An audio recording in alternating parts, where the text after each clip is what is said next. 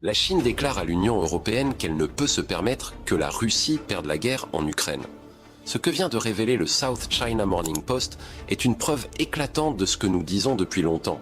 La Russie n'est pas isolée, malgré toute la propagande occidentale. Le ministre chinois des Affaires étrangères, Wang Yi, l'a affirmé sans détour. La Chine ne peut pas se permettre que la Russie perde en Ukraine. Pourquoi ?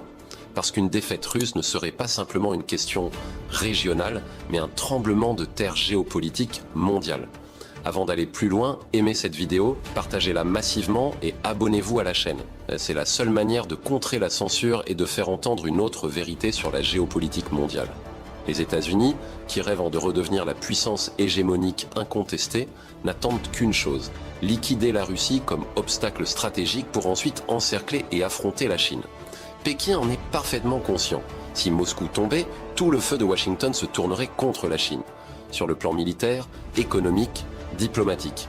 Taïwan, la mer de Chine méridionale, le découplage technologique, tout s'accélérerait. En disant cela à l'Union européenne, Wang Yi envoie un message très clair. La Chine et la Russie partagent un intérêt commun à faire échec à la stratégie américaine. C'est un axe de résistance au monde unipolaire que veulent imposer Washington et ses alliés.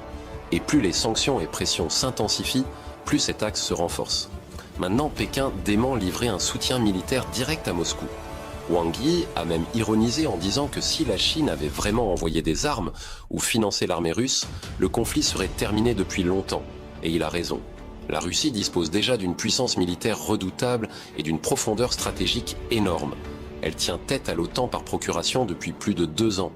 Ce qu'on voit en réalité, c'est une coopération beaucoup plus subtile. Économique, énergétique, technologique. La Chine continue d'acheter massivement du pétrole et du gaz russe, offrant à Moscou une bouffée d'oxygène face aux sanctions occidentales. Et de leur côté, les entreprises russes trouvent en Chine des alternatives à la technologie occidentale. Tout cela mine la stratégie de l'Occident qui comptait sur l'asphyxie économique de la Russie pour la faire plier. Pour l'Union européenne, c'est un cauchemar. Elle se retrouve piégée dans une guerre qui n'est pas la sienne, avec une économie qui souffre pendant que la Russie se réoriente vers l'Est et que la Chine prend une place de plus en plus centrale.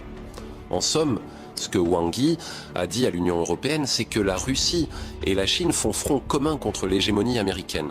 Et que quoi qu'en dise la propagande occidentale, la Russie ne sera pas vaincue, car sa défaite signifierait un monde sous la botte américaine, ce que ni Moscou ni Pékin n'accepteront jamais. Dites-moi ce que vous en pensez en commentaire, partagez cette vidéo pour ouvrir le débat et surtout, abonnez-vous à la chaîne YouTube Poutine TV. C'est le seul endroit où nous faisons des décryptages sans filtre pour comprendre le vrai visage de la géopolitique mondiale.